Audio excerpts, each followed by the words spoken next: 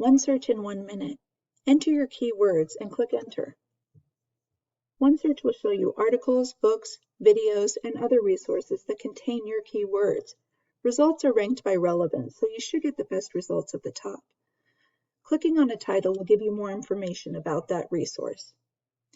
To access the full article, we can see it's available online and it's available in one of these two databases. Clicking on the database title will take me directly to the article. From here, I can read the article as HTML, PDF, and I have options on saving the article. Heading back to OneSearch and looking at our results list again, I can see that we can narrow down our search to different types of resources. So if you only wanted peer-reviewed articles, you can click on scholarly journals. If you only wanted books, you could do that. And if you wanted to narrow down by publication date and only have the most recent resources, maybe within the last 5 years or so, you can change the date.